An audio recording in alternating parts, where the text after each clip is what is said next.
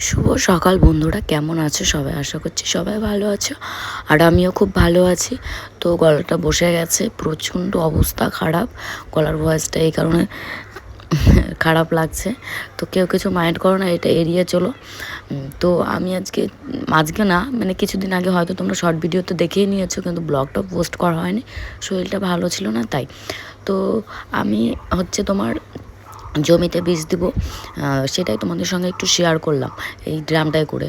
তো আমি প্রথমে একটু প্র্যাকটিস করছিলাম, দেখে নিচ্ছিলাম যে আমি আদৌ পারি কি পারি না, কারণ এর আগে আমি কখনো দেইনি। অনেককে বলা হয়েছে, তো কেউ দিয়ে দিচ্ছিল না, সেই জন্য আমি মাকে বললাম যে চলো আমি চেষ্টা করি। মা বললো তুই পারবি না, আমি বললাম চেষ্টা করতে তো অসুবিধা নেই।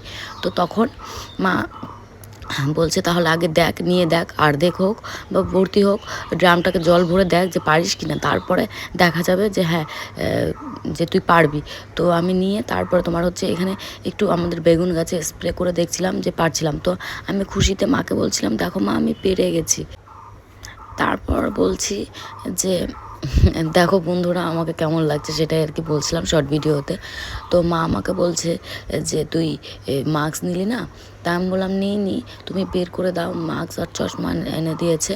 তো মা পেছনে জল আনছে, আর আমি এদিকে দেখতেই পাচ্ছ, দেখাই যাচ্ছে, বোঝাই যাচ্ছে। আর এদিকে দেখো চশমা আর মাস্ক নিয়ে চলে এসেছি, কারণ খুব খাতারনাক বিষটা।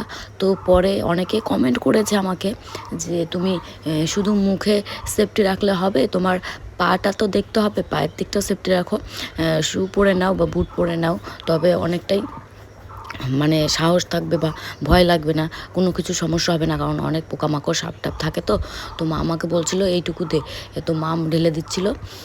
তো তারপরে আর কি করব বুঝতে পারছি না, এদিকে ভাবছি যে ভয়ও লাগছে যে কিভাবে দিব না করব। তো যাই হোক, গ্রামের মেয়ে এইটুকু তো করতেই হবে, তাই না? যেহেতু বাবা অসুস্থ, দাদা বাড়িতে নেই, না করলে হয়। আর এই দিকে দেখো অবস্থা কেমন, আমি বুঝতেই পারিনি যে মায়ের এরকম অবস্থা হবে। মা উঠাতে গিয়ে আমি এমনভাবে দাঁড়িয়ে পড়েছি, মানে মাও পড়ে যাচ্ছিল, আর এদিকে প্রায় আমিও পড়ে যাচ্ছিলাম দেখো। তো পারছিলামই না, যেহেতু ভর্তি হয়ে গেছিলো। এই দেখো বললাম না কথাটা, দেখেছো? তো মা আমাকে বকা দিচ্ছে, হ্যাঁ মা মুখটা দেখো কেমন কালো করে আছে। তো আমি মাকে বললাম মা তুমি এরকম কেন করছো, আমি যে করার চেষ্টা করছি এইটাই তো অনেক না, যদি আমি না দিতাম তাহলে তো মিনিমাম 15-20 দিন ধরে বেশি দেওয়া হচ্ছিল না। তারপর আমি বললাম দেখে তো তুমি নিয়ে আসলা। তো যাই হোক চলো, আমি এখন বীজ দিতে ঢুকি। আর এই দেখো আমি ঢুকেও পড়েছি বীজ দিতে, একটু একটু ভয়ও লাগছে। আর এইদিকে ভিডিওটা কিন্তু রিয়া করে দিচ্ছে, যেই বোনটাকে তোমরা দেখতে পাও ওই বোনটাই করে দিচ্ছে। হ্যাঁ, তো আমি ঢুকে পড়েছি, আমাকে আর দেখা যাচ্ছে না। আর মা বলছে এইভাবে না সেইভাবে না ওইভাবে, এইখান দিয়ে দে, ওইখান দিয়ে দে, সেইখান দিয়ে দে। আর আমি মায়ের কথা মতোই চলছিলাম, যেহেতু মা এর আগে যারা দিয়েছে তাদেরটা দেখেছে, তারপরে তারা বলেছে। তো মা আমাকে সেইভাবে বলছে যে যেরকম পিছনে পিছাবি আর দিবি, যেহেতু সামনের দিক থেকে নিলে তো বৃষ্টি তো তোর গায়েই লেগে যাবে না, সেই কারণে। তো মাকে বললাম যে মা যাই হোক, এরপর থেকে তোমার আর কোনো চিন্তা করতে হবে না, আমিই দিয়ে দেবো। কিন্তু জানো না এত ভার, আর মানে ওই যে হাতটা দেখো আমি কেমন করছি হ্যান্ডেলের মতো। আর তখন ওইখানে আর ওই যে একটা জিনিস দেখো ডান হাত দিয়ে ধরে আছি, ওইখানে একটা জিনিস চাপ দিয়ে রাখতে হয়, ওই চাপ দিয়ে রাখার ব্যাপারটা না ভীষণ খারাপ। ওই চাপ দিয়ে রাখতে রাখতে আমার মানে পুরো হাতটা, ডান হাতটা জঘন্যভাবে ব্যথা হয়ে গেছিলো। আর এদিকে আমি মাকে বলছি যে আর কোনো চিন্তা নেই, তোমার মেয়ে বীজ দেওয়া শিখে গেছে।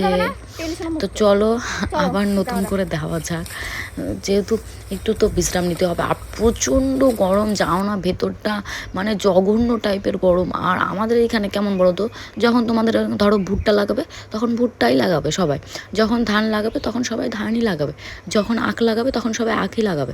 আর এই সাইডে আমার কাকাদের আখ, আর এই সাইডে আমাদের আখ। আর ও গোটা মানে আগের বছর বেশি লাগিয়েছিল, এবার কম লাগিয়েছে অনেক। তো অনেকে আখ বলে, অনেকে কুষার বলে। তো তোমরা কে কি বলো সেটাও কিন্তু অবশ্যই কমেন্টে জানিও। আর আমিও বলছি যে আমার এত কষ্ট হচ্ছে, তো এখানেই দেওয়া শেষ হবে কি না জানি না, মনে হচ্ছে আবার নতুন করে দিতে হবে। মানে মিনিমাম তোমার আখ খেতে সপ্তাহে 2 দিন দিতে হয়, আর পাতা ছুটাতে হয়, মানে পাতা ফেলে দিতে হয়, মানে ছুটিয়ে, না হলে রং হয় না। এই একটা ঝামেলা, মানে আর ঘাস পরিষ্কার করে রাখতে হয়, কিন্তু বড় হলে ঘাস পরিষ্কার করে রাখতে হয় না। তো আজকের মতো এখানে সমাপ্ত। ভিডিওটা কেমন লাগলো জানি।